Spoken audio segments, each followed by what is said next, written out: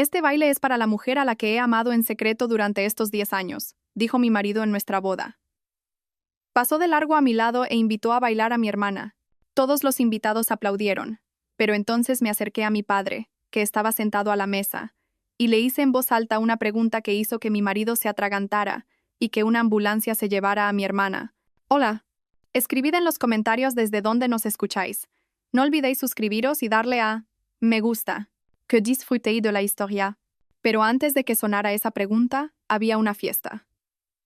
Una auténtica, ruidosa y espléndida fiesta, la más grande que se podía organizar en nuestra ciudad. El salón de bodas del restaurante El León de Oro zumbaba como una colmena alborotada. Cientos de invitados, toda la élite empresarial y social de nuestra pequeña capital de provincia, comían, bebían y reían. La orquesta tocaba algo ligero y discreto. Las lámparas de araña de cristal inundaban todo con una cálida luz dorada, y los camareros se deslizaban silenciosamente entre las mesas, sirviendo cava y aperitivos. Carmen Rivera estaba sentada en la mesa principal en el lugar de la novia, con su impecable vestido blanco, sintiéndose como una pieza de exposición. Sonreía, asentía, aceptaba felicitaciones, pero en su interior crecía una sorda e inexplicable ansiedad. Su marido, Leonardo Velasco, convertido en su esposo hacía apenas 3 horas, estaba magnífico. Alto, encantador, con un traje caro, era el alma de la fiesta. Pasaba con soltura de mesa en mesa, estrechaba la mano de los hombres, besaba la de las damas, y su risa contagiosa resonaba por todo el salón. Era el yerno ideal para su padre, Arsenio Rivera, ambicioso, astuto, de buena familia, aunque venida a menos. El marido perfecto para ella, Carmen, la hija mayor, fiable y seria, que toda su vida había hecho lo que se esperaba de ella. Miró a su padre. Arsenio Rivera, canoso y autoritario, presidía la mesa como un rey en su trono. Estaba satisfecho, todo iba según su plan. Su imperio empresarial, construido sobre el procesamiento de alimentos, se veía ahora fortalecido por este matrimonio dinástico. De vez en cuando lanzaba a Carmen miradas de aprobación, y esas miradas la incomodaban, como si acabaran de venderla con éxito. Junto a su padre estaba sentada su hermana menor, Eva, vibrante, caprichosa, siempre el centro de atención. Hoy llevaba un vestido ajustado de color vino tinto que realzaba su figura. Eva estaba aburrida. Jugueteaba perezosamente con el postre y lanzaba miradas lánguidas a Leonardo. Carmen estaba acostumbrada a esas miradas. Eva siempre miraba así todo lo que pertenecía a Carmen. Primero sus juguetes, luego sus amigos, ahora su marido. Pero Leonardo parecía no prestarle atención, al menos hoy. El presentador de la velada, traído especialmente de Madrid, anunció el brindis del novio. Leonardo se dirigió al centro del salón y tomó el micrófono. Los invitados guardaron silencio, volviéndose hacia él. Recorrió a todos con una mirada radiante que, sin embargo, no se detuvo en Carmen. «Queridos amigos, querida familia», comenzó, y su voz aterciopelada llenó el salón. «Soy el hombre más feliz del mundo. Hoy he unido mi vida a la familia Rivera, una familia que conozco y respeto desde hace 10 años. 10 largos años».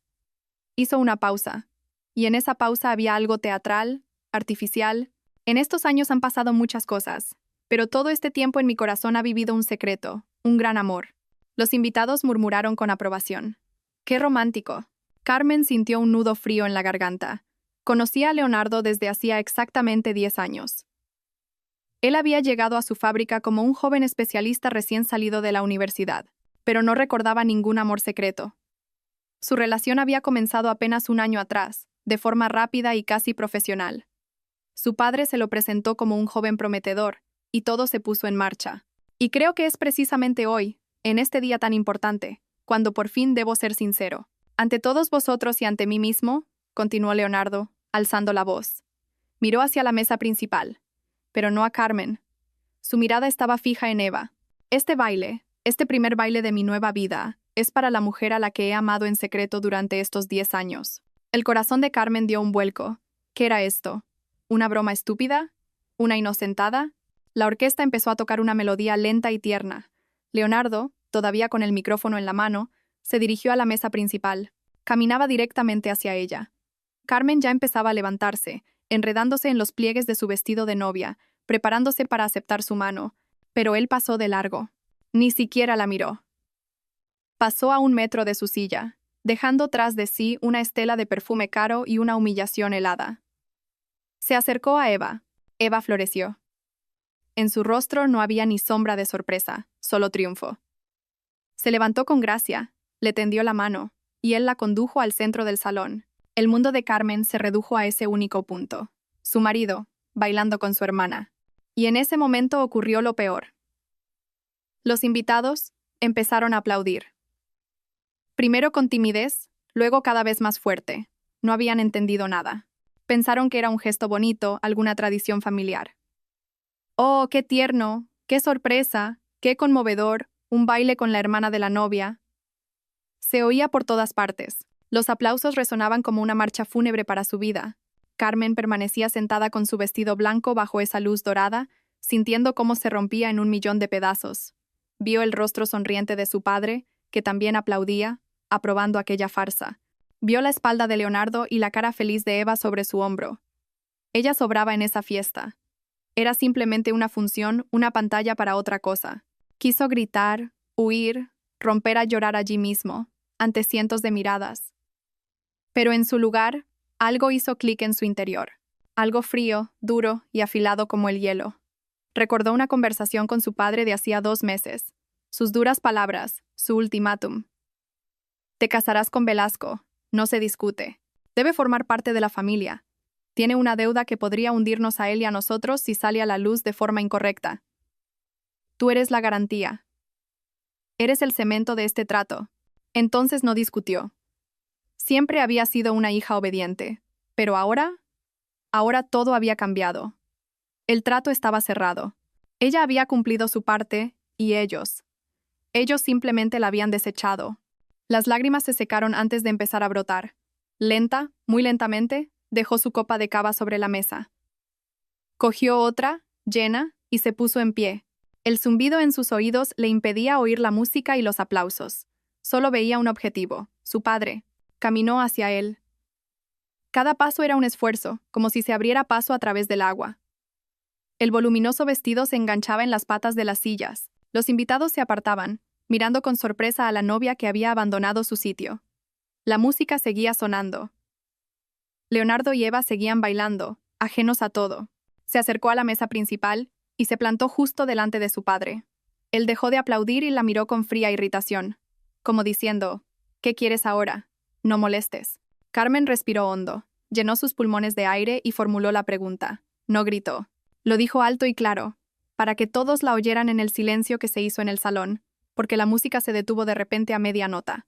Papá. Su voz sonó firme y fría.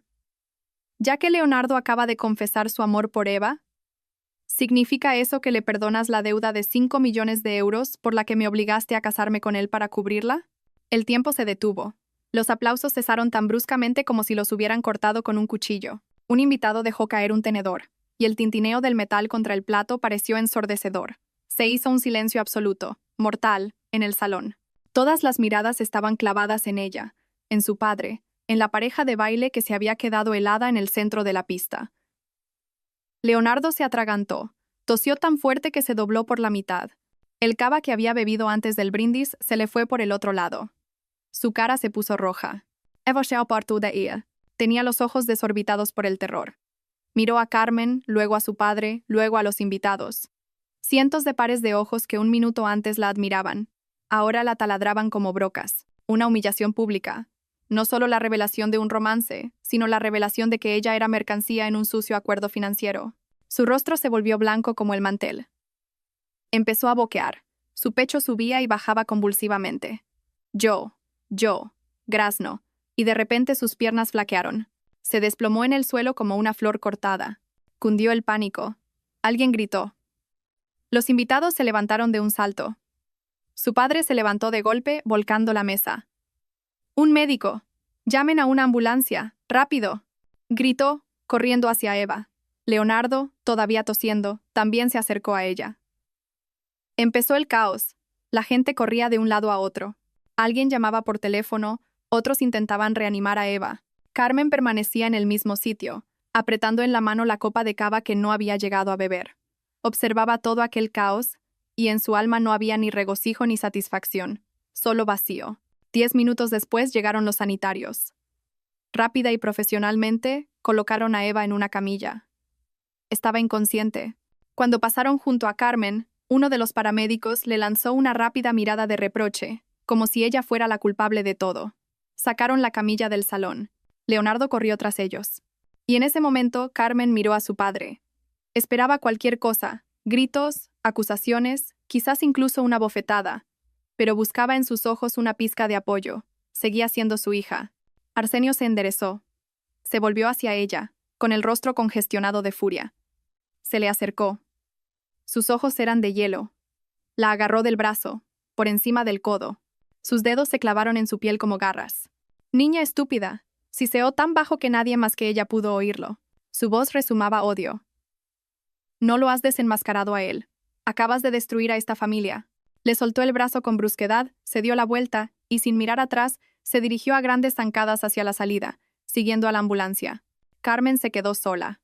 En medio de la fiesta destrozada, con su vestido de novia blanco, que ahora parecía un sudario, los invitados la miraban con reprobación, miedo y curiosidad. Era el centro de atención, pero nunca en su vida se había sentido más sola. La familia acababa de dictar su sentencia. Carmen se quedó sola. Los invitados, arrastrados por una ola de incomodidad, se despedían y se marchaban a toda prisa, tratando de no cruzar su mirada. El salón de El León de Oro, que 10 minutos antes rebosaba de risas y música, se vaciaba a un ritmo vertiginoso. Los camareros retiraban en silencio la comida casi intacta de las mesas. La fiesta había muerto. Dejó la copa sobre la mesa. No le temblaban las manos. Por dentro, todo estaba calcinado. Solo quedaba una ceniza fría y resonante. Tenía que hacer algo, ir a algún sitio. Después de la parte oficial, la familia y los amigos más cercanos siempre se reunían en un salón privado para celebrar el evento en un círculo íntimo. Ella era de la familia. Al menos, eso pensaba hasta esa noche. Recogiendo los faldones de su pesado vestido, que ya le parecía ajeno, se dirigió a una discreta puerta al final del pasillo. El guardia de seguridad, Esteban, a quien conocía desde hacía muchos años, le bloqueó el paso. No la miraba a los ojos. Su mirada estaba fija en algún punto de la pared ricamente decorada. «Señorita Carmen, no puede pasar». Sus palabras fueron suaves, casi de disculpa. «¿Cómo que no puedo, Esteban?» La voz de Carmen era firme, sin emoción. «Ahí está mi familia. Don Arsenio ha dado órdenes». Finalmente, levantó la vista hacia ella, y en sus ojos había una mezcla de lástima y miedo. «Ha dicho que no la dejen pasar». Fue el primer golpe. Directo, sin rodeos. La habían borrado. Ya no formaba parte del círculo íntimo. Asintió, sin querer mostrar su humillación a aquel hombre, se dio la vuelta y se dirigió a la salida. El encargado del guardarropa le entregó en silencio un abrigo ligero, que se echó sobre los hombros por encima del vestido de novia. Fuera, el aire fresco de la noche la envolvió. Paró un taxi. «¿A dónde?», preguntó el conductor, observando con curiosidad por el retrovisor a una novia sin novio. Carmen le dio la dirección del piso nuevo que su padre les había regalado a ella y a Leonardo por la boda, su nidito de amor, su nuevo hogar. El viaje a través de la ciudad nocturna fue surrealista. Escaparates iluminados, transeúntes solitarios, las luces de los semáforos. Todo parecía sacado de una película ajena. El taxi se detuvo frente a un nuevo y lujoso edificio de apartamentos. El conserje, tras un educado saludo, le abrió la puerta. Subió en el ascensor hasta su planta, se acercó a la puerta de su apartamento, el número 77, e introdujo su llave en la cerradura. No giró. Lo intentó de nuevo y otra vez más. Inútil. Tiró del pomo. Cerrado. Habían cambiado la cerradura. En el tiempo que había tardado en llegar, alguien ya había venido a cambiarla. Leonardo o la gente de su padre. Tan rápido, tan despiadado. Apoyó la frente en la fría puerta de metal. Detrás de esa puerta estaban sus cosas, su ropa, sus libros, una parte de su vida a la que le acababan de cortar el acceso. En el bolsillo de su abrigo vibró el teléfono. Lo sacó. En la pantalla brillaba el nombre. «Papá», contestó. «Diga, ¿dónde estás?» La voz de su padre era gélida, profesional, sin emoción. «En la puerta de mi apartamento, al que no puedo entrar». «Ya no es tu apartamento, ni tu trabajo». Carmen guardó silencio. «A partir de mañana estás despedida de la fábrica», continuó él, martillando las palabras, «por escándalo público que ha dañado la reputación de la empresa y de la familia. Tus cuentas bancarias están congeladas. Todas estaban vinculadas a las cuentas de la empresa, así que ni se te ocurra intentar sacar un céntimo. Eso es todo. No vuelvas a llamar a este número». En el auricular sonaron los tonos cortos. Había colgado. El exilio. Total y definitivo. Sin trabajo, sin dinero, sin casa. Se dejó caer lentamente al suelo en el pasillo vacío, apoyando la espalda en la pared. El vestido de novia se extendió a su alrededor como una nube blanca. Tenía que llamar a alguien. Debía de haber alguien. Encontró en sus contactos el número de Nicolás Ibáñez, un antiguo socio de su padre. La conocía desde niña, siempre la llamaba Carmencita. Contestó al tercer tono. Diga. Nicolás, soy Carmen Rivera. Al otro lado de la línea se hizo un pesado silencio. Carmen, estoy muy ocupado ahora mismo, dijo él rápidamente. No puedo hablar. Y colgó, sin escucharla, sin preguntar qué pasaba. Sintió como una primera lágrima rodaba por su mejilla. La secó con el dorso de la mano. No podía derrumbarse. Marcó otro número. Marina Serrano, amiga de su difunta madre, que en cada encuentro la abrazaba y le decía lo mucho que se parecía a ella.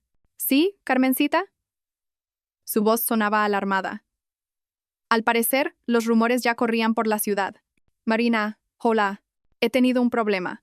No tengo dónde pasar la noche. ¿Podría? La línea se cortó de repente. Carmen miró la pantalla. Llamada finalizada. Volvió a llamar. El número no estaba disponible. La había bloqueado. Eso era todo. Todo su mundo, tan estable y predecible, había dejado de existir en el transcurso de una hora. Era una paria, un activo tóxico del que todos se apresuraban a deshacerse. Se levantó. Tenía que irse. Pero, ¿a dónde? Y entonces, una imagen afloró en su memoria. Una vieja casa en las afueras de la ciudad cubierta de hiedra. La casa a la que su padre le había prohibido terminantemente ir. La casa de su tía, Zenaida Rivera, la hermana mayor de su padre, con la que no se hablaba desde hacía 20 años. Es veneno para esta familia. Olvida que existe, le dijo una vez, cuando Carmen era aún una adolescente. Ahora, ese veneno era su única esperanza. Salió a la calle. Había empezado a llover, una lluvia fina, fría y desagradable. Inmediatamente empezó a empapar la fina tela del abrigo y del vestido de novia. Fue a pie. No tenía dinero para un taxi, y pedirle a un conductor que la llevara gratis estaba por encima de sus fuerzas. Cruzó toda la ciudad, y su atuendo de novia se fue convirtiendo en un trapo mojado y sucio. Los tacones resonaban en el asfalto mojado. Los pocos transeúntes se apartaban de la extraña figura de una novia que deambulaba sola bajo la lluvia. El maquillaje se le corrió, dejando surcos oscuros en sus mejillas. Una hora después, llegó. Una casa de ladrillo vieja pero sólida al fondo de un jardín descuidado. Había luz en las ventanas. Se acercó a la maciza puerta de madera y llamó. Abrió una mujer alta y delgada, con el pelo cano recogido en un moño apretado. Zenaida.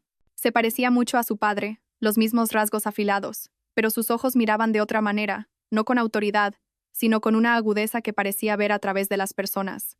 Miró a Carmen, su vestido mojado, el rímel corrido.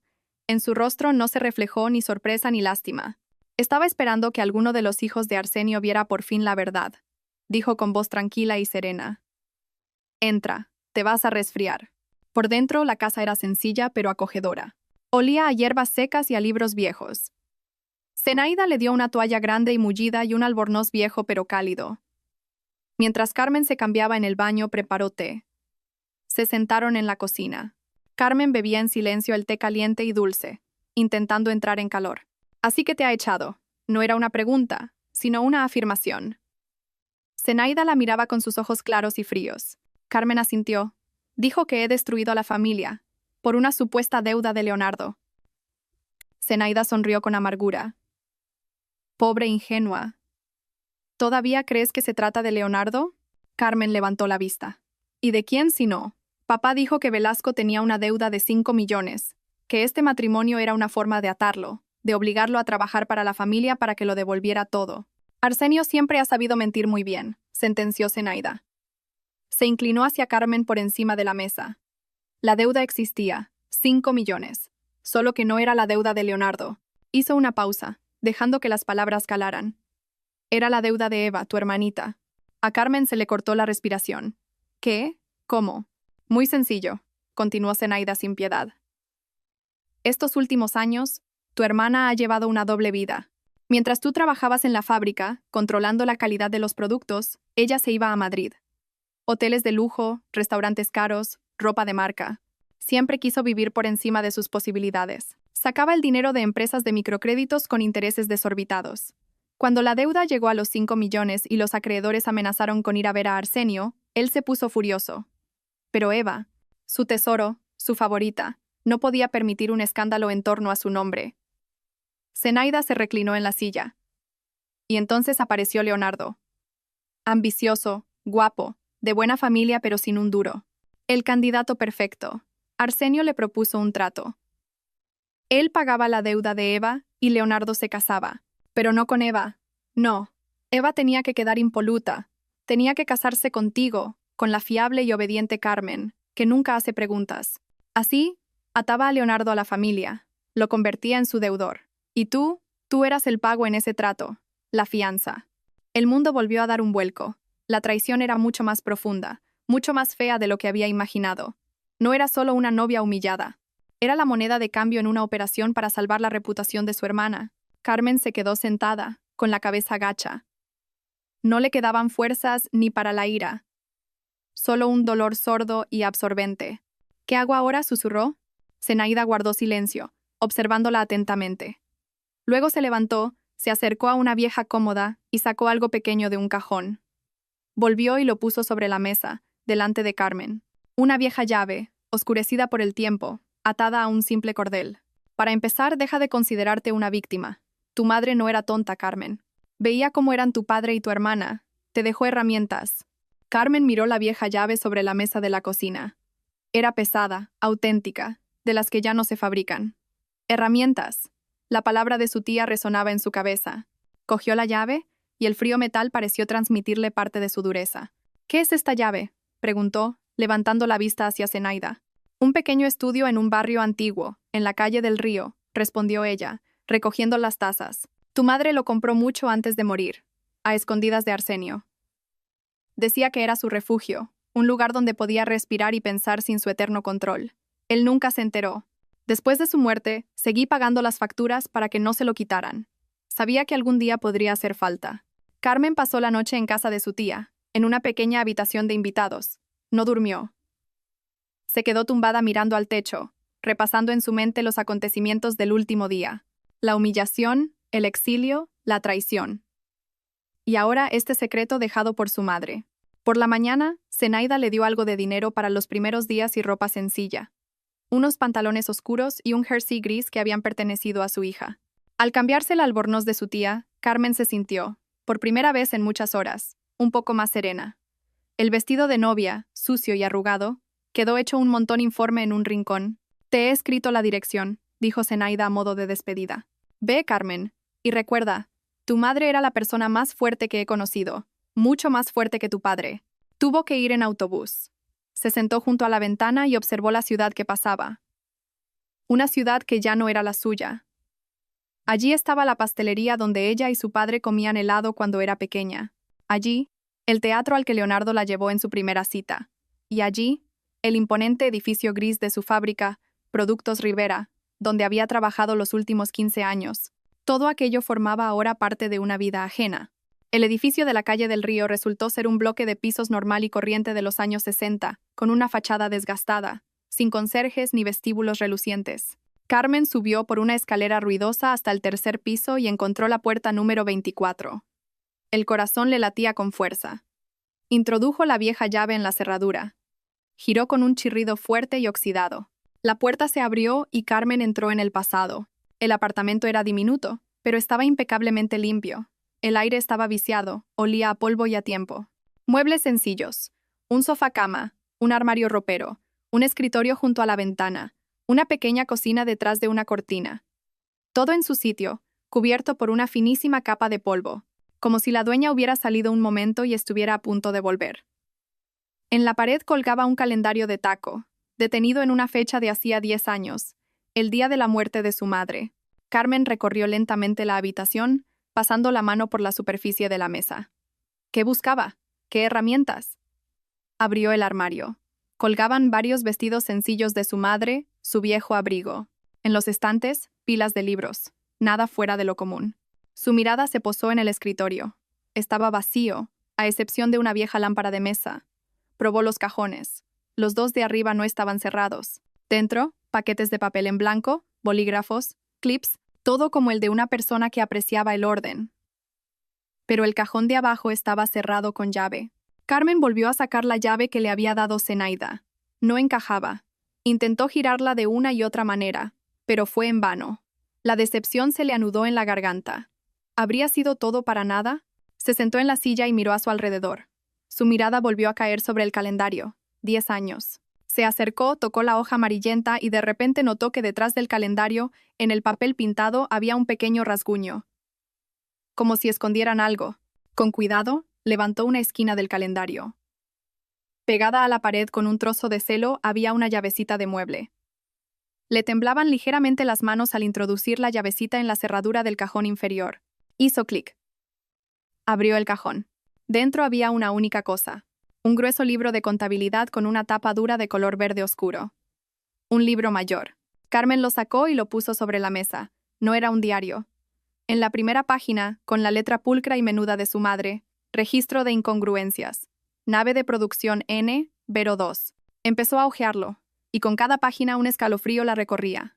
Era un registro meticuloso y exhaustivo de todas las anomalías de producción durante los 2 últimos años de vida de su madre. Fechas, números de lote, nombres de productos y 2 columnas.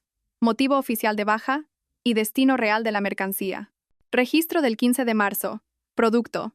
Estofado de ternera. Calidad extra. Lote N. Vero 481. Dadas de baja. 800 latas. Motivo oficial. Defecto de sellado del envase durante el transporte. Y al lado, en la otra columna, vendido a través de Vázquez A. V. Autónomo. Pago en efectivo. Suma entregada a P. Rivera. Registro del 29 de abril. Producto. Leche condensada. Lote N. Vero 512. Dadas de baja. 1200 latas. Motivo oficial. Defecto de producción. No cumple la normativa de calidad en materia grasa. Al lado, vendido en el mercado municipal. Pago en efectivo. Suma entregada a P. Rivera. Y así, página tras página, decenas de registros. Cientos de miles de unidades de producto que, según los documentos de la fábrica, figuraban como defectuosas, estropeadas o rotas, pero que en realidad se vendían en el mercado negro a cambio de dinero en efectivo. Era todo un imperio empresarial clandestino, funcionando en paralelo al oficial. Su padre llevaba años robando a su propia empresa, y ella, como jefa del Departamento de Control de Calidad, no había visto nada, o no había querido ver. Había creído en los documentos que él le presentaba. Carmen cerró el libro. Ahí estaba la herramienta. No solo una prueba de robo, era un arma. Pero no sabía cómo usarla. Esos registros eran solo cifras. Necesitaba a alguien que pudiera confirmar cómo esas enormes partidas de producto dado de baja podían salir de los almacenes sin ser detectadas. Alguien de dentro. Y entonces se acordó. Simón. Simón Ignacio, el adusto y poco hablador encargado del almacén, que trabajaba en la fábrica desde antes de que ella naciera. Era el único que en las reuniones se atrevía a discutir con su padre, por lo que éste lo odiaba y amenazaba constantemente con despedirlo. Pero no lo hacía, porque nadie conocía el funcionamiento de los almacenes mejor que Simón. Y lo más importante, Simón respetaba mucho a su madre. A menudo le decía a Carmen, «Tu madre era una mujer con conciencia, una cualidad muy rara». Encontró su número en una vieja agenda de su teléfono. Llamó. Simón tardó en responder. Su voz al otro lado sonaba cansada y recelosa. «Simón Ignacio, soy Carmen Rivera». «Carmen», se calló.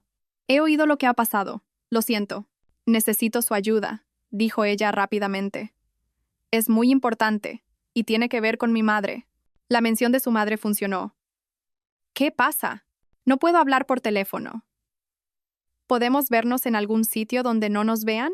Él guardó silencio, pensativo. «De acuerdo. En 1 hora en la antigua estación de autobuses, en el andén número 7. La estación de autobuses era un lugar ruidoso y ajetreado, perfecto para pasar desapercibida. Carmen llegó antes de tiempo. Se sentó en un banco, apretando con fuerza el bolso en el que guardaba el libro mayor. Sentía una mezcla de miedo y esperanza. Simón era su única oportunidad. Apareció puntualmente a la hora acordada. Pero no era el Simón que ella conocía. Parecía asustado. Sus ojos se movían inquietos. No paraba de mirar a su alrededor. Se acercó a ella, pero no se sentó. «Habla rápido», le espetó, sin mirarla. «Simón Ignacio, he encontrado unos registros de mi madre», empezó ella, abriendo el bolso. Demuestran que mi padre lleva años vendiendo productos del almacén en el mercado negro. Mire, quiso sacar el libro, pero él retrocedió como si fuera una leprosa. No hace falta, murmuró, levantando las manos. No puedo. ¿Cómo que no puede? Carmen no daba crédito a sus oídos. Es la oportunidad de arreglarlo todo, de hacer justicia por la memoria de mi madre. Él finalmente la miró a los ojos, y en su mirada había una súplica desesperada. No puedo, Carmen. Don Arsenio. Me acaba de ascender. Carmen se quedó helada. ¿Qué? Ahora soy el nuevo jefe del Departamento de Control de Calidad, dijo, y cada palabra parecía costarle un esfuerzo visible. Ocupo tu antiguo puesto, con un sueldo 3 veces mayor. Mi mujer está enferma, tengo nietos. No puedo. Lo siento. Se dio la vuelta y, sin mirar atrás, se alejó, perdiéndose rápidamente entre la multitud de pasajeros que corrían a coger su autobús. Carmen se quedó sentada en el banco, sola, en medio del ruido y el ajetreo de vidas ajenas. Su última esperanza acababa de marcharse, dejándola en la más completa y absoluta soledad. Carmen se quedó sentada en el banco. Los autobuses llegaban y se iban, la gente corría y se afanaba, y ella permanecía inmóvil, abrazando el bolso con su ahora inútil tesoro. La traición de Simón fue peor que el golpe de su padre. Su padre era un enemigo, de él se podía esperar cualquier cosa. Pero Simón, él era el último hilo que la unía al pasado, al recuerdo de su madre, a la fe en que la decencia todavía existía. Y ese hilo acababa de ser cortado, comprado por 30 monedas de plata, su propio puesto de trabajo. No supo cuánto tiempo estuvo sentada allí. Volvió en sí cuando una patrulla de policía se detuvo a su lado. Un joven agente la miró con compasión. «Señorita, ¿se encuentra bien?» «Lleva 2 horas sentada aquí sin moverse». «Estoy bien», respondió Carmen con voz apagada, levantándose. «Solo estaba esperando. Ya me voy». El camino de vuelta a casa de Zenaida se le hizo aún más largo. Tenía las piernas de algodón y la mente nublada. Regresó a la vieja casa de las afueras como un perro apaleado. Zenaida la recibió en el umbral. No preguntó nada. La cara de Carmen se lo dijo todo. En silencio la llevó a la cocina y le sirvió más té. Carmen se lo contó todo. Los ojos asustados de Simón, sus palabras sobre el ascenso. Esperaba que su tía también se disgustara, que se rindiera, pero Zenaida solo apretó los labios en una línea fina y dura. «Lo sabía», dijo, y su voz sonaba con una ira fría. «Es su método. Arsenio no se limita a castigar a sus enemigos. Compra a sus amigos. Encuentra el punto débil de una persona, una esposa enferma, una hipoteca, el miedo a la pobreza y presiona hasta que se rompe. Simón no es un traidor, Carmen. Es otra de sus víctimas.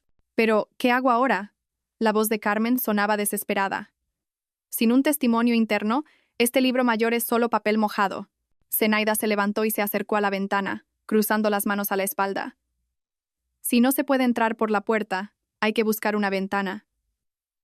Hay otra persona en esta ciudad que odia a tu padre tanto como yo. O quizás más. ¿Quién es? Se llama Pablo Vargas, pronunció Zenaida lentamente. Fue el mejor periodista de investigación de nuestra provincia. Agudo, incisivo, no le temía nada. Hace 5 años empezó a investigar uno de los tratos de Arsenio para suministrar alimentos a bases militares. Se acercó demasiado. ¿Y qué le hizo mi padre? No lo amenazó ni lo sobornó. Eso habría sido demasiado simple, sonrió Zenaida. Arsenio lo arregló todo para que pareciera que era Pablo quien aceptaba sobornos por sus artículos de investigación. Testigos falsos, grabaciones de audio amañadas. A Pablo lo despidieron con deshonor. El director del periódico, su mejor amigo, renegó públicamente de él. Todo el mundo le dio la espalda. Arsenio no solo le rompió la carrera, destruyó su nombre, su reputación, lo arrastró por el fango. Carmen escuchaba. Y una débil esperanza comenzaba a nacer en su alma. ¿Dónde puedo encontrarlo? Me temo que ahora no está en su mejor momento. Lo último que oí es que escribe textos publicitarios baratos para una pequeña agencia llamada Creative Plus. Está en el sótano de un antiguo centro comercial. Encontrar Creative Plus no fue difícil. Un letrero de plástico descolorido colgaba sobre una escalera empinada que bajaba a un sótano. Carmen bajó. Un olor penetrante a tabaco barato, café soluble y humedad le golpeó la nariz. En una pequeña habitación abarrotada de papeles, un hombre de unos 40 años estaba sentado frente a un viejo ordenador. Delgado, con ojeras y barba de 3 días.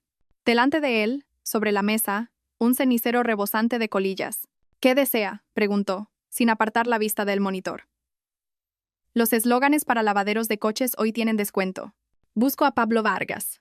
«Pues ya lo ha encontrado». Finalmente, apartó la vista de la pantalla. Sus ojos estaban cansados y cínicos. ¿A qué debo la visita de una dama decente a mi cripta? Carmen se acercó y dejó el libro mayor de su madre sobre la mesa. Me llamo Carmen Rivera, y necesito su ayuda. Mi padre. Él sonrió con desdén al oír su apellido. Rivera. La hija del mismísimo Arsenio. ¿Problemas familiares? Lo siento, no me interesa. Ya no me dedico a escarbar en la ropa sucia de nadie, especialmente en la de la familia Rivera. Ya tuve bastante una vez. Se volvió ostentosamente hacia el ordenador. Sé lo que le hizo, dijo Carmen con insistencia. Y tengo pruebas de que lleva años robando a su propia fábrica. Pablo se volvió de nuevo hacia ella. Un destello de interés brilló en sus ojos, pero se apagó al instante. ¿Pruebas? Resopló con escepticismo, pero aún así cogió el libro y hojeó perezosamente un par de páginas. Letra pulcra, cifras, fechas. ¿Y qué demuestra esto? ¿Que tu padre no pagaba impuestos por una parte de sus beneficios? Fraude fiscal a pequeña escala. En esta ciudad lo hace 1 de cada 2 empresarios. En un juicio, dirá que es una falsificación, que su hija resentida se está vengando. Ningún fiscal se atreverá a abrir un caso así contra Arsenio Rivera. Váyase, señorita, no me haga perder el tiempo ni pierda el suyo. Apartó el libro. Carmen sintió que el suelo se abría bajo sus pies. ¿También él se negaría? La desesperación le dio fuerzas. No, no lo entiende. Esto no es solo un robo. Agarró el libro, hojeándolo febrilmente. Aquí hay un patrón. Mire las fechas. Señaló varias entradas seguidas. Aquí, 28 de octubre, último viernes del mes. Aquí, 25 de noviembre, último viernes. 30 de diciembre, también último viernes. Daban de baja enormes partidas de mercancía el mismo día de cada mes. No puede ser una coincidencia. Pablo se quedó inmóvil. Cogió el libro de nuevo, esta vez con más interés. Se fijó en las fechas que Carmen le mostraba. La máscara de cinismo de su rostro empezó a resquebrajarse. Hojeó unas cuantas páginas más. Sus ojos recorrían rápidamente las líneas. El último viernes de cada mes, murmuró para sí. En sus ojos apagados se encendió una chispa. La misma chispa de emoción que Arsenio Rivera había intentado apagar hacía 5 años. Se levantó bruscamente, apartando la silla. Espere aquí. Se dirigió a un enorme archivador metálico en un rincón de la habitación. Rebuscó un buen rato en un manojo de llaves, y finalmente lo abrió con un chirrido. El archivador estaba lleno hasta arriba de viejas y polvorientas carpetas y legajos de periódicos. Era su archivo personal, todo lo que quedaba de su vida anterior. Sacó varias carpetas gruesas con la etiqueta Noticias de la ciudad de diferentes años y las tiró sobre la mesa. Una nube de polvo se levantó en el aire. Empezó a trabajar con rapidez y concentración, como un cirujano. Abrió el libro mayor en la primera fecha indicada por Carmen y empezó a rebuscar entre las amarillentas hojas de periódico. A ver. Octubre, hace 10 años, último viernes, murmuraba. Aquí está. Desplegó una página del periódico y se la mostró a Carmen. En la portada había una foto, un sonriente Arsenio Rivera estrechando la mano del director del orfanato de la ciudad, y debajo de la foto un titular enorme. Generosa donación de productos Rivera. El orfanato recibió un lote de estofado de ternera y leche condensada. A Carmen se le cortó la respiración. Miró el libro mayor. La fecha coincidía, los productos coincidían. Solo que en el libro figuraban como defectuosos, con defecto de sellado del envase. La siguiente fecha, dijo Pablo con agitación. Ya no parecía el apagado escritor de eslóganes. Era un sabueso que había encontrado un rastro. Noviembre. Y otro artículo. Ayuda a los veteranos. Arsenio Rivera entrega lotes de alimentos al Consejo Municipal de Veteranos. Diciembre. Milagro de Navidad. El internado N. Vero 3 agradece a la familia Rivera sus regalos navideños. Y cada vez, en el libro mayor de su madre, esos mismos productos estaban registrados como defectuosos. No cumplían la normativa de calidad. Dados de baja. Pablo se reclinó en la silla y miró a Carmen. Estaba pálido. Dios mío, susurró. Esta mercancía no estaba defectuosa. Eran donaciones. Durante años ha obtenido reconocimiento público y enormes deducciones fiscales por ellas. Pero en realidad, estaba donando productos caducados. Estaba alimentando a huérfanos y ancianos con lo que debería haber ido a la basura. Esto ya no era solo un fraude. Era monstruoso. Te ayudaré, dijo Pablo con firmeza. Su voz sonaba a acero. Vamos a destruirlo. Agarró su teléfono para hacer la primera llamada a un viejo conocido de un periódico de la competencia, el único que no le había dado la espalda entonces. Pero antes de que pudiera marcar el número, apareció una notificación en la pantalla de su smartphone. Última hora, del principal portal de noticias de la ciudad. Pablo se calló a media palabra. Giró en silencio la pantalla del teléfono hacia Carmen. En la pantalla, una gran foto brillante. Leonardo y Eva. Estaban de pie, abrazados, con el logotipo de Productos Rivera de fondo, ambos radiantes de felicidad. Y debajo de la foto, un titular en negrita. El amor triunfa. Productos Rivera anuncia el nombramiento de Leonardo Velasco como nuevo director tras la anulación de su matrimonio con una novia vengativa. Pablo pulsó el enlace. El artículo se abrió al instante, ocupando toda la pantalla. No era solo una noticia, era una sentencia dictada y ejecutada a la vista de toda la ciudad. Carmen leyó, y las palabras se volvieron borrosas ante sus ojos, para luego reagruparse en frases feas y venenosas.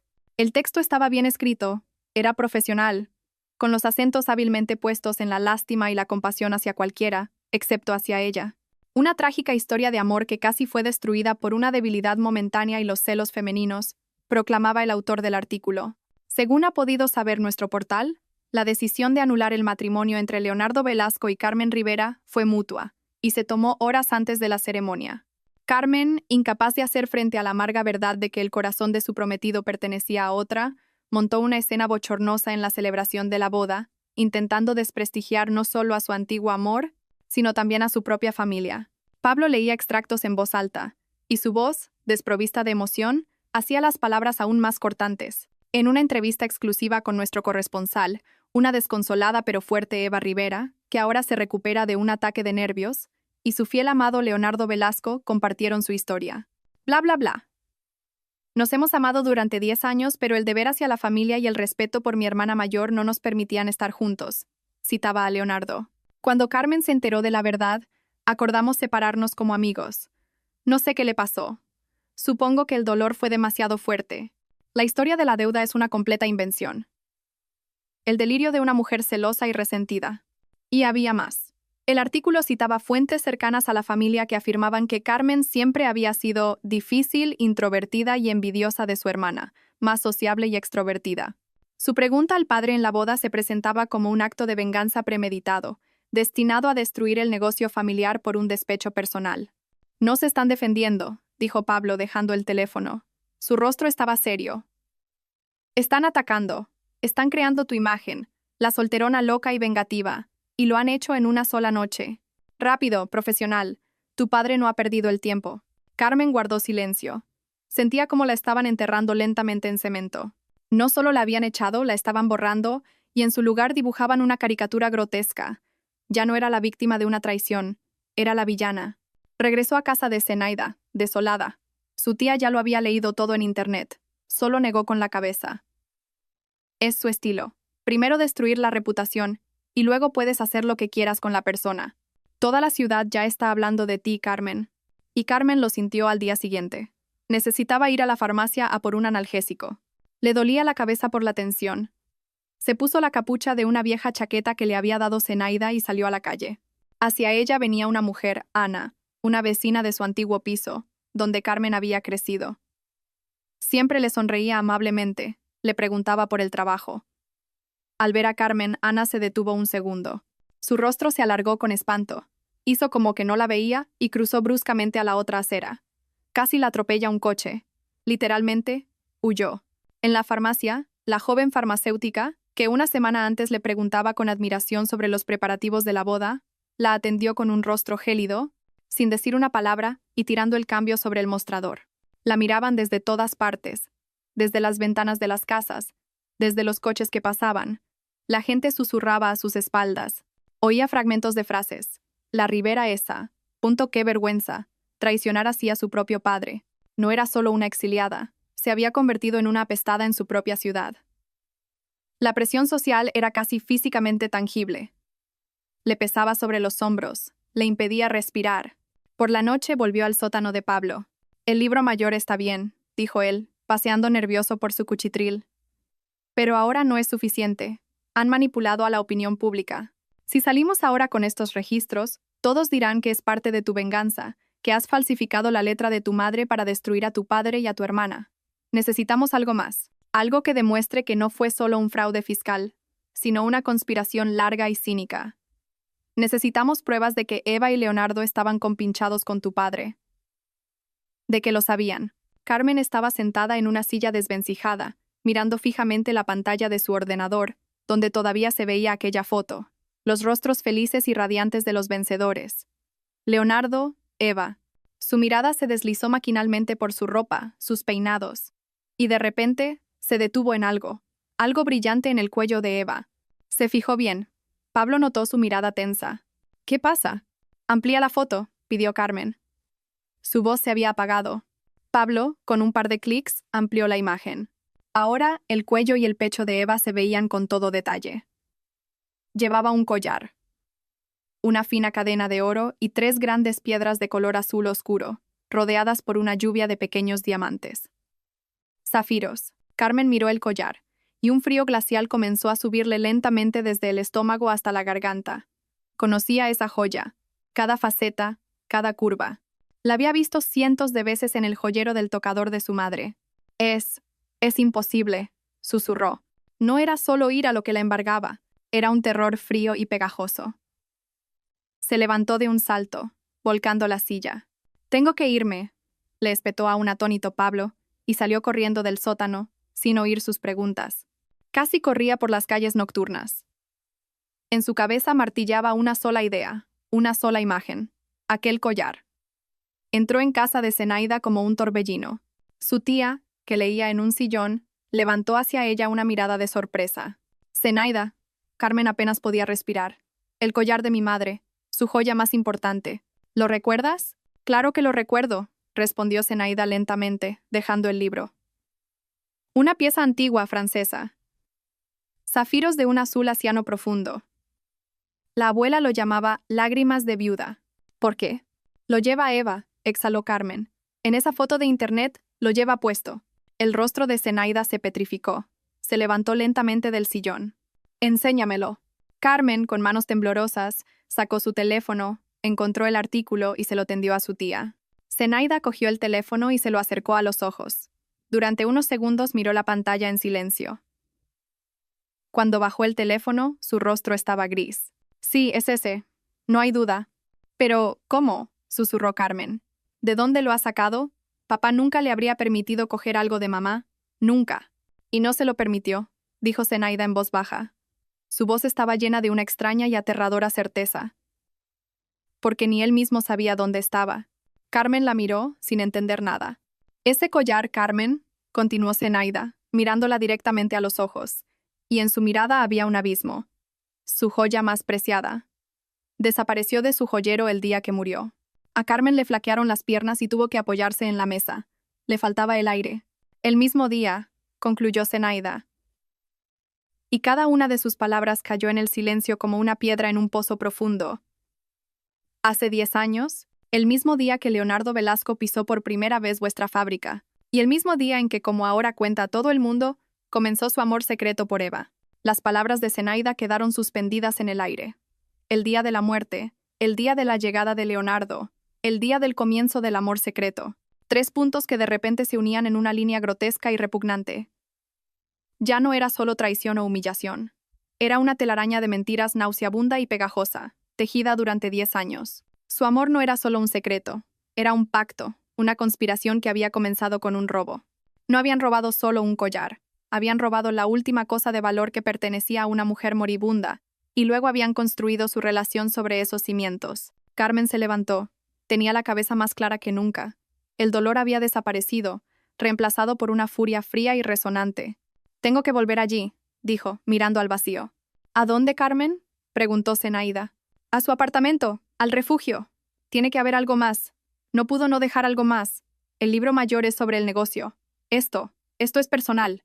Zenaida asintió en silencio, entendiéndolo todo sin palabras. Carmen volvió a tomar el autobús para cruzar la ciudad, pero esta vez no miraba por la ventana. Miraba hacia su interior, tratando de reconstruir los fragmentos rotos de sus recuerdos de aquel día, 10 años atrás. Lo recordaba vagamente. Tenía 25 años. Estaba en el trabajo cuando su padre la llamó para decirle que su madre estaba mal del corazón. Luego una segunda llamada. Ya no estaba. Causa oficial. Infarto masivo. Todo había sucedido muy rápido. Recordaba la cara desconcertada de su padre, a Eva sollozando sobre su hombro. A Leonardo apenas lo conocía entonces. Era solo un nuevo empleado en el departamento de logística. Nadie sospechó nada. Volvió a pararse frente a la puerta del apartamento número 24. Volvió a girar la vieja llave en la cerradura. Entró. El mismo aire viciado, el mismo silencio congelado. Pero ahora miraba todo con otros ojos. No buscaba pruebas, buscaba un mensaje. Comenzó a registrar metódicamente cada centímetro de aquel pequeño estudio. Revisó cada libro de los estantes, hojeando todas las páginas en busca de una nota o una línea subrayada. Nada. Revisó todos los bolsillos de los vestidos de su madre que colgaban en el armario. Vacíos. Se sentó en el sofá, sintiendo que la desesperación comenzaba a acecharla de nuevo. ¿Y si se había equivocado? ¿Y si no había nada más? Su mirada se posó en el viejo abrigo de entretiempo de su madre, que colgaba en una percha junto a la puerta. Sencillo, gris, sin nada especial. Su madre lo había usado en los últimos meses de su vida. Carmen se acercó, pasó la mano por la áspera tela de lana, metió las manos en los bolsillos. Vacíos. Estaba a punto de alejarse, pero algo la detuvo. Volvió a palpar el forro. A la altura del pecho, en el lado izquierdo, la tela le pareció un poco más gruesa que en el resto. Volvió a palpar ese lugar. Bajo la suave seda del forro había algo duro, rectangular, algo cosido por dentro. Su corazón se aceleró. Cogió un cuchillo de cocina de la mesa y, tratando de no dañar lo que había dentro, descosió con cuidado el forro por la costura.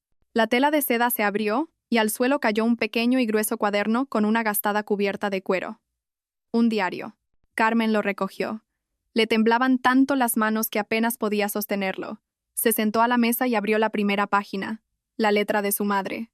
La misma caligrafía pulcra y menuda del libro mayor, pero las letras eran más vivas, más emotivas. Era el diario de sus últimos meses, y revelaba toda la horrible verdad que Carmen apenas comenzaba a vislumbrar. 15 de agosto. Arsenio está furioso otra vez. Han llegado las facturas de Eva de Madrid. Gritaba que lo iba a arruinar. Pero lo he visto. Está enfadado consigo mismo por no poder negarle nada. Está dispuesto a todo con tal de salvar la reputación de su princesita. Carmen siguió pasando las páginas. Volaban una tras otra, y cada una era como un puñetazo en el estómago. 5 de septiembre. Parece que Arsenio ha encontrado una solución. Nos llevó a cenar con ese nuevo logista, Leonardo Velasco. Un tipo escurridizo, no le quita ojo a Eva. Y Eva juega con él como el gato con el ratón. Toda la noche, Arsenio estuvo elogiando a Carmen, diciendo lo fiable, lo inteligente que es, la esposa maravillosa que sería. He entendido su plan. Quiere vender a una hija para salvar a la otra. Dios mío, qué vergüenza. 22 de septiembre. Hoy he oído por casualidad una conversación entre Arsenio y Eva en su despacho. Pensaba que hablaban de deudas, pero era mucho peor. Eva se reía y decía, «Papá, es genial. ¿Para qué vamos a dar de baja los productos caducados si podemos donarlos? Conseguiremos desgravaciones fiscales y reputación de filántropos». Fue idea suya. Suya. A mi hija se le ha ocurrido envenenar a huérfanos con estofado caducado para pagarse sus vestidos. Entré en el despacho, les dije que era monstruoso. Arsenio me ordenó que no me metiera en sus asuntos, y Eva me miró y se rió en mi cara. Dijo que yo no entendía nada de negocios modernos. Carmen cerró los ojos. Se le hacía difícil respirar. Así que no eran solo las maquinaciones de su padre. Era un proyecto conjunto, un proyecto del padre y su amada hija. Se obligó a seguir leyendo. Se acercaba la última y fatídica fecha. Las entradas eran más cortas, más Treboshnie. 10 de octubre. Ya no puedo seguir viendo esto. No puedo vivir en la misma casa con esta gente. He intentado hablar con Arsenio otra vez. Me ha dicho que si digo una sola palabra a alguien me encerrará en un manicomio. Dijo que tengo el corazón enfermo y que me lo invento todo. 13 de octubre. Hoy he encontrado en el joyero de Eva mi collar de zafiros. El lágrimas de viuda. Simplemente lo cogió. Cuando le pregunté por qué, me respondió. A mí me hace más falta. A Leonardo le gustan las cosas caras. Me di cuenta de que no se detendrá ante nada. Y la última entrada, escrita el día de su muerte. La letra era irregular, apresurada. 15 de octubre. Se acabó. No puedo seguir callada. Voy a parar esto. Esta mañana le he dicho a Eva que si esta misma noche no se lo confiesa todo a su padre y no detienen este fraude con las donaciones, iré a la policía. Le he enseñado copias de algunas páginas de mi libro mayor. Debería haberse horrorizado, arrepentido, pero estaba tan tranquila, demasiado tranquila. Me dijo, «Está bien, mamá. Hablemos esta noche. Pasaré a verte después del trabajo. Vendrá hoy. Estará aquí pronto». Debajo de estas palabras una última línea. Vendrá. No sé por qué, pero tengo miedo. El diario terminaba. Carmen se quedó inmóvil, mirando esas últimas palabras. Así que eso fue lo que pasó. Su madre les dio un ultimátum, y ellos respondieron. Su ataque al corazón no fue una coincidencia. Estaba a punto de cerrar el diario cuando notó que en un pequeño bolsillo en el interior de la contraportada había algo metido. Con cuidado, sacó un trozo de papel amarillento doblado en 4. Era un ticket de farmacia. Lo desdobló. En el ticket figuraba el nombre de una farmacia local. La fecha era de 2 días antes de la muerte de su madre. Y una lista de medicamentos, y entre ellos el nombre de un potente fármaco para el corazón que su madre llevaba años tomando. Y debajo del ticket, bajo la lista de medicamentos, una breve nota, escrita a mano por su madre. Unas pocas palabras, escritas torcidamente, como con prisa. Eva se ofreció a recoger mi nueva receta y comprarme la medicación. Dijo que no me molestara. No sé por qué, pero tengo miedo. Carmen se quedó mirando el ticket de la farmacia, un pequeño trozo de papel amarillento, pero en sus manos pesaba como una lápida. Todo encajaba. La amenaza de su madre de ir a la policía. La extraña y aterradora calma de Eva. Su repentino deseo de ayudar y recoger los medicamentos. Los medicamentos de los que dependía una vida. El ataque al corazón de su madre no fue una coincidencia. En el mejor de los casos fue una negligencia criminal. Eva podría simplemente no haberle dado sus pastillas vitales. En el peor, podría habérselas cambiado, haberle dado otra cosa, o simplemente un placebo. Era un asesinato. Frío, calculado, cometido por las manos de una hija amada. La furia que Carmen había sentido hasta entonces no era nada comparada con lo que sintió en ese momento.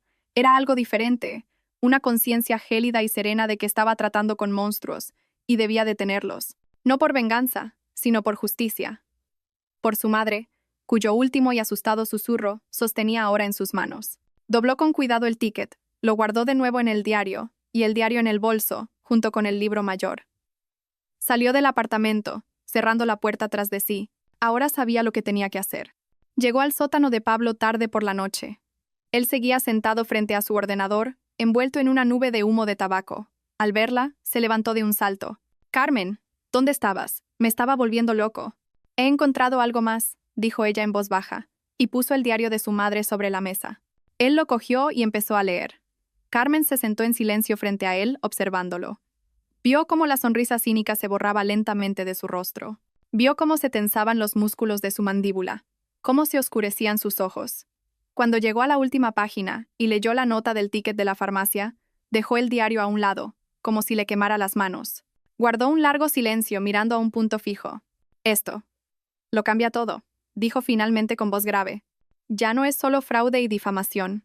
Es un asesinato», concluyó Carmen por él. «Sí», asintió él, «es un asesinato». Se levantó y empezó a medir su cuchitril a grandes zancadas. «Tenemos que ir a la policía inmediatamente, a la Brigada de Investigación Criminal». «Inútil», respondió Carmen con calma. «¿A quién nos vamos a quejar? El jefe de la Policía Nacional de la ciudad es el mejor amigo de mi padre. Van juntos a la sauna. El fiscal de la provincia le debe su nombramiento.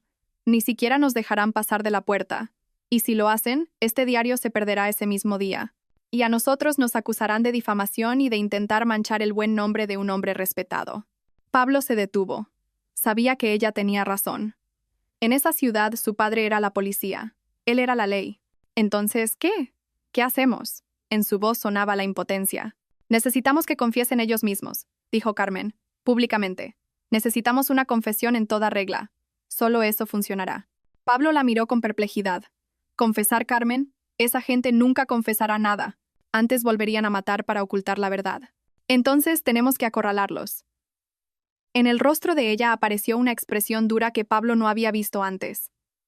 «Tenemos que crear una situación en la que el silencio sea para ellos más aterrador que la confesión». Pasaron la semana siguiente elaborando el plan. Y su padre, Eva y Leonardo, sin saberlo, les dieron el arma perfecta. Los carteles de la ciudad y los portales de noticias se llenaron de anuncios del principal evento social del año, el baile benéfico anual en honor al Día de los Fundadores de la ciudad. Y el protagonista de ese baile iba a ser Arsenio Rivera. Como parte de la campaña para limpiar la imagen de la familia tras el escándalo de la boda, estaba haciendo una potente jugada de relaciones públicas. No solo era el patrocinador principal del evento, sino que iba a recibir un premio honorífico por su contribución al desarrollo de la ciudad y la preservación de los valores familiares. Durante su discurso de agradecimiento, planeaba anunciar oficialmente a Leonardo Velasco como su sucesor y nuevo director general de la fábrica. Debía ser su victoria total y definitiva, el baile de su triunfo. «Este es nuestro escenario», dijo Pablo, enseñándole a Carmen un cartel. «No podría haber un lugar mejor. Toda la élite de la ciudad, la prensa. Si vamos a dar un golpe, tiene que ser allí». «Pero, ¿cómo los hacemos hablar?», preguntó Carmen. «Tenemos que asustarlos. Hacerles creer que lo sabemos todo y que estamos dispuestos a contarlo. Tienen que entrar en pánico. Y una persona en pánico comete errores». Y Carmen supo lo que tenía que hacer. Conocía el eslabón más débil de su cadena. Simón. Al día siguiente, lo esperó a la salida de la fábrica después de su turno. Sabía que siempre volvía a casa por el mismo camino, a través de un viejo parque. Simplemente salió a su encuentro desde detrás de un árbol. Al verla, Simón se sobresaltó y palideció. Intentó rodearla, pero ella le bloqueó el paso. «No se asuste, Simón Ignacio», dijo ella con suavidad. «No le guardo rencor». Él la miró sorprendido. «Lo entiendo todo», continuó ella, mirándolo directamente a los ojos. «Tiene una familia, obligaciones. En su lugar, quizás habría hecho lo mismo. No he venido a acusarle. He venido a decirle que todo está bien». Él frunció el ceño con desconfianza, sin entender a dónde quería llegar. «He encontrado un viejo diario de mi madre», dijo Carmen, y su voz tembló ligeramente, pero no había falsedad en ella. «Lo he leído. Y sabe, he entendido muchas cosas. He entendido por qué pasó todo, sus últimos días. En el diario hay tantos detalles que lo explican todo. Ahora lo tengo todo claro». Habló deliberadamente de forma vaga, sin especificar detalles. «Estaba lanzando el cebo. Solo quería que supiera que no estoy enfadada con usted», concluyó. «Adiós».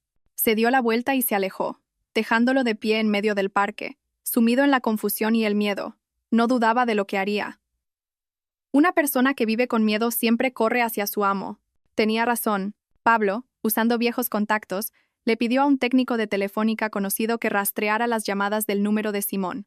Una hora después de su conversación con él, Simón llamó a un único número, el de Arsenio Rivera. La conversación fue corta, menos de 1 minuto. La trampa se había cerrado. Ahora solo quedaba esperar. No tuvieron que esperar mucho. Esa misma tarde, mientras Carmen estaba sentada con Zenaida en la cocina, llamaron a la puerta. Fuerte, insistentemente. Zenaida fue a abrir. Carmen oyó la exclamación de sorpresa de su tía y luego una voz. La voz de Leonardo. «¿Qué quiere usted aquí, Velasco?» «Fuera de aquí», decía Zenaida. «Necesito hablar con Carmen», respondía él con descaro. «Sé que está aquí». Apartó de un empujón a la anciana y entró en la casa. Se detuvo en el umbral de la cocina al ver a Carmen. En su rostro había una mezcla de ira, miedo y una falsa seguridad. Llevaba un traje caro. Olía a éxito y a ansiedad. «Carmen, tenemos que hablar», dijo, intentando dar a su voz un tono profesional. «A solas». «Hable aquí. Zenaida es mi familia», sentenció Carmen. Él se desconcertó por un segundo, pero rápidamente se recompuso. Se acercó a la mesa y dejó sobre ella un caro maletín de cuero. Lo abrió. El maletín estaba lleno de fajos de billetes de 500 euros. «Aquí hay 10 millones», dijo. «En efectivo. Si es poco, dime cuánto quieres. Pon tu precio, Carmen». Carmen miró en silencio el dinero, luego a él. «¿El precio de qué?» Leonardo suspiró profundamente. «Del diario de tu madre. Terminemos con este circo. Tú te llevas el dinero. Te vas de la ciudad. Empiezas una nueva vida. Y nosotros. Todos nos olvidamos de esto. Todos podemos salir de esto sin pérdidas». Carmen se levantó lentamente de la silla. Miró su rostro asustado, el dinero, sus manos temblorosas. Estaban aterrorizados. Se habían creído que ella lo sabía todo y venían a negociar. Lo miró directamente a los ojos. «Lárgate», dijo en voz baja y clara. «Simplemente, lárgate de esta casa». Él se quedó perplejo. «Carmen, no seas tonta. Es tu única oportunidad. Piénsalo. He dicho que te largues. Y dile a Arsenio y a Eva», hizo una pausa, «que nos veremos en el baile». El rostro de Leonardo se desfiguró. Comprendió que la negociación había fracasado. Cerró de golpe el maletín, lo agarró y, lanzando a Carmen una mirada llena de odio, salió corriendo de la casa. Carmen se quedó de pie en medio de la cocina. La trampa estaba lista, y ellos, muertos de miedo, iban directos hacia ella. Los días que quedaban hasta el baile transcurrieron en una neblina de espera silenciosa y tensa. Carmen y Pablo repasaron cada detalle. Pablo habló con su viejo amigo Víctor, un reportero de un periódico de la provincia vecina, el único medio importante no controlado por Arsenio Rivera. Víctor, ávido de sensaciones, accedió a venir, haciéndose pasar por un invitado más. Zenaida, usando su estatus como miembro de la familia fundadora, consiguió sin problemas 3 invitaciones. Para ella, para Carmen y para su amigo de la provincia, el señor Víctor. Todo estaba listo, y llegó la noche. El salón de baile del Hotel Imperial resplandecía. Enormes lámparas de araña de cristal, reflejándose en el parqué pulido hasta brillar, inundaban todo con una luz deslumbrante. Tocaba una orquesta de cuerda. Camareros con guantes blancos servían cava y canapés. El aire zumbaba con cientos de voces, risas y el tintineo de las copas. Toda la flor y nata de la ciudad estaba allí. El alcalde, concejales, banqueros, industriales, sus esposas, con diamantes y vestidos de noche. Era un desfile de hipocresía. Y Carmen, al entrar en el salón del brazo de Zenaida, se sintió como si hubiera entrado en un terrario. Llevaba un sencillo vestido negro, largo, sobrio, sin una sola joya.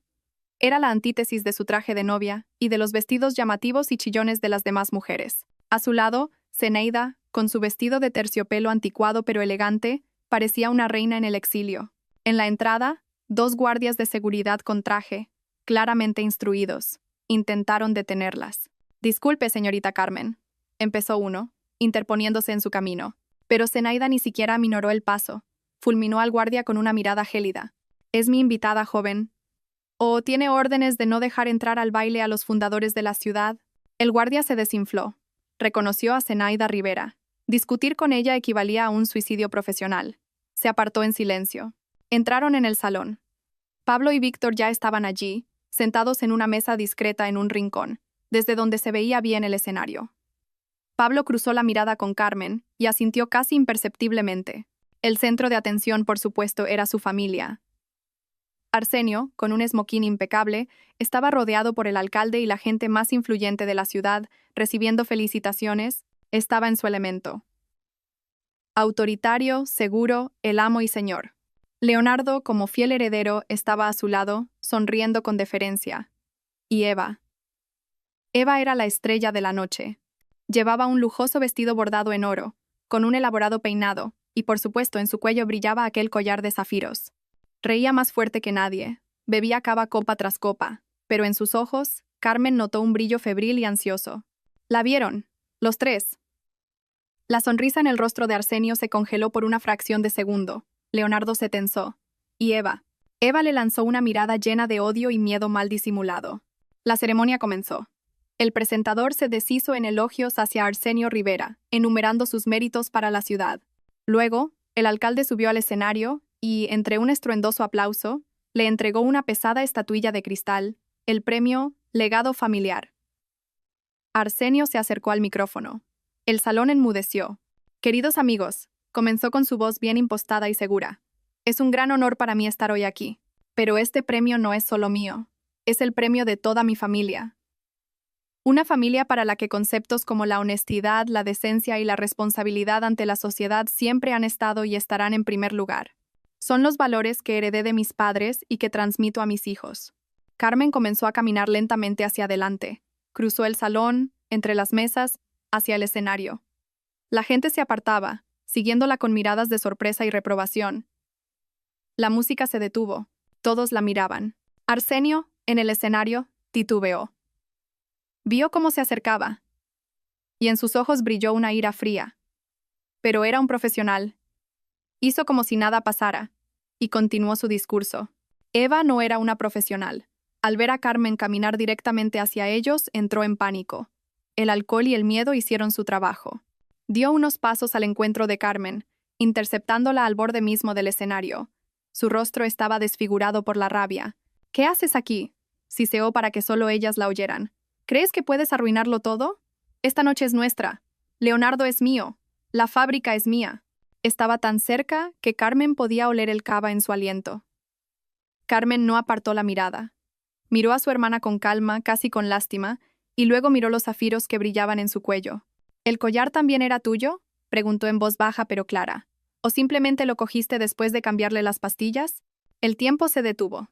El color abandonó lentamente el rostro de Eva. Se volvió primero blanco como el papel, luego gris. Sus ojos, desorbitados por el terror, estaban clavados en el rostro de Carmen. Se le cortó la respiración en algún punto de la garganta. Los aplausos que habían comenzado al final del discurso de Arsenio se ahogaron. Todos en las primeras filas vieron que algo terrible estaba sucediendo.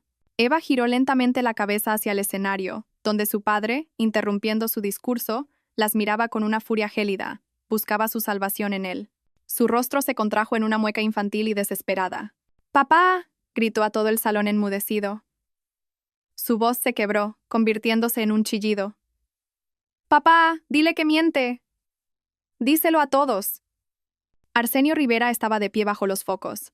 Su reputación impecable, su triunfo, sus valores familiares, todo se estaba desmoronando a la vista de toda la ciudad. Miró a su hija, que sollozaba en pánico, y tomó una decisión. Se inclinó hacia el micrófono. Su voz sonó fría, sin vida y ensordecedoramente alta en el silencio que se había hecho. «Seguridad, por favor. Saquen a mi hija del salón. No se encuentra bien». Eva se quedó helada. Miró a su padre sin creer lo que oía. No la había defendido, no la había salvado. Acababa de renegar de ella públicamente, delante de todos. La había desechado como un juguete roto para salvarse a sí mismo. ¿Que no me encuentro bien?, susurró, y en su voz sonó una terrible y escalofriante revelación. Su mirada saltó de su padre a Carmen y de vuelta. Le temblaron los labios. «Has sido tú. Tú lo has hecho». Las palabras de Eva, lanzadas a su padre, no sonaron muy altas, pero en el silencio sepulcral del salón cortaron el aire como un bisturí. Los guardias de seguridad que habían empezado a moverse hacia ella se detuvieron indecisos, esperando nuevas órdenes. Arsenio permanecía en el escenario, petrificado. Su rostro, que un minuto antes brillaba triunfante, se había convertido en una máscara gris. Eva retrocedió, como si él la quemara. Tambaleándose, dio unos pasos hacia atrás, alejándose del escenario, hacia el enorme y resonante vestíbulo. Se dio la vuelta y casi echó a correr, enredándose en los faldones de su lujoso vestido. Era una huida de su padre, de Carmen, de los cientos de pares de ojos que la miraban con una curiosidad mórbida. Y en ese momento todo el mundo se puso en movimiento. Arsenio, volviendo en sí, bajó del escenario a grandes zancadas. No podía dejarla escapar, no podía permitir que esa conversación continuara allí. Corrió tras ella. Leonardo, pálido como la muerte, al comprender que su brillante futuro acababa de evaporarse como el humo, siguió instintivamente a su patrón. Carmen se movió tras ellos, con calma, sin prisas. Sabía que aún no era el final, era el desenlace, y debía jugar su partida hasta el final. Detrás de ella, como una sombra, se deslizó Pablo, y a su lado, Víctor, el reportero. Sus smartphones ya estaban en sus manos. Las pequeñas luces rojas de grabación brillaban en la penumbra. Eran depredadores que habían olido la sangre. Salieron al enorme vestíbulo revestido de mármol. El eco de los pasos retumbaba bajo las altas bóvedas. Los invitados del salón salieron en tropel, pero se mantuvieron a distancia, formando un semicírculo vivo junto a la entrada del salón de baile. Nadie quería perderse el desenlace. Eva corrió hasta una enorme columna y se detuvo, apoyando la espalda en ella. Estaba acorralada. Arsenio, Leonardo y Carmen la rodearon. «Deja ya la histeria, Eva», siseó Arsenio, intentando agarrarla del brazo. «No sabes lo que estás haciendo». «¿Yo?», chilló ella apartando el brazo. «Soy yo la que no sabe lo que hace. Acabas de venderme delante de toda la ciudad». Se volvió hacia Carmen. En sus ojos se agitaba un miedo y un odio demenciales. «No demostrarás nada», gritó con la voz rota. «Nada. No tienes nada más que tus fantasías enfermizas». Carmen dio un paso adelante en silencio. No levantó la voz. Simplemente sacó de su pequeño bolso dos cosas: un grueso cuaderno con una vieja cubierta de cuero y un amarillento ticket de farmacia. No los abrió. Simplemente los sostuvo en la mano, como pruebas irrefutables. «No lo necesito, Eva», dijo en voz baja. «Ya lo has confesado todo. Tu rostro ha dicho más que cualquier prueba». Leonardo vio el diario. Lo reconoció. Había visto ese mismo cuaderno en manos de Carmen la noche que fue a negociar. y comprendió que el juego había terminado. Todas sus ambiciones, su puesto de director, su futuro. Todo estaba en ese pequeño cuaderno, y el cobarde y egoísta instinto de supervivencia se apoderó de él. Dio un paso a un lado, separándose físicamente de Arsenio y Eva. Levantó las manos, como si se rindiera a una policía invisible. «Yo no tengo nada que ver», empezó a decir rápidamente, dirigiéndose tanto a Carmen como a la multitud invisible a sus espaldas. No sabía nada, solo estaba cubriendo sus deudas familiares. Don Arsenio me dijo que tenían dificultades temporales. Lo de su madre, lo de los medicamentos, es la primera vez que lo oigo. Yo también soy una víctima de sus intrigas. Fue una traición instantánea, total y repugnante. Los arrojó bajo las ruedas para intentar salvar su propio pellejo. Arsenio lo miró con desprecio, pero ahora no tenía tiempo para Leonardo. Toda su atención estaba clavada en el diario que sostenía Carmen. Ese diario era una bomba que estaba a punto de hacer estallar toda su vida, todo su imperio construido sobre la mentira. Y en ese momento, su razón se desconectó. Solo quedó un instinto: destruir la amenaza. Cometió un error fatal. Se abalanzó hacia adelante, no hacia Carmen, sino hacia el diario. Extendió la mano, intentando arrebatar esa prueba de sus manos. Pero Eva se interpuso en su camino.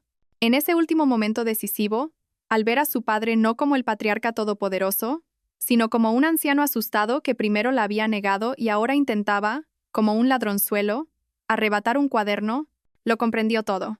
La habían traicionado todos.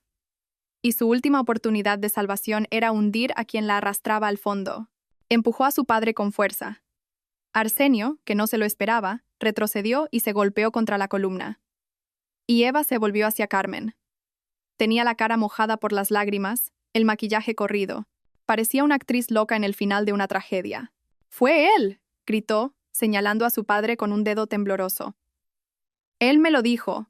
Él lo ideó todo. Dijo que mamá era débil, que de todas formas moriría pronto de su corazón. Dijo que nos estorbaba, que estorbaba al negocio. Dijo que yo era el futuro de esta familia, y ella el pasado que nos arrastraba. Él me obligó». Hablaba sin aliento, ahogada por los sollozos y las palabras que se abrían paso tras 10 años de silencio. Las pastillas. Dijo que solo había que ayudarla para que no sufriera. Dijo que nadie se enteraría. Él me obligó. Yo no quería. Yo no quería. Era una confesión completa e incondicional. El robo, la conspiración, el asesinato. Y todo ello bajo la luz de las lámparas de araña de cristal, ante la mirada atónita de la élite de la ciudad, bajo el ojo implacable de 2 smartphones que grababan. En ese momento entraron en el vestíbulo a paso rápido hombres de uniforme de policía. Pablo, al ver que el desenlace estaba cerca, había tenido tiempo de llamar a su contacto en la comisaría. Comenzó el caos. Los flashes de las cámaras Víctor ya había sacado su cámara profesional destellaron, arrancando de la penumbra rostros desfigurados por el horror. Los policías, apartando a los atónitos invitados, se dirigieron directamente hacia ellos. Arsenio Rivera queda detenido como sospechoso de instigación al asesinato. Eva Rivera queda detenida como sospechosa de asesinato. Leonardo Velasco queda detenido como sospechoso de complicidad y fraude a gran escala. Arsenio guardó silencio. Miraba al vacío. Su rostro era completamente impenetrable. Había perdido.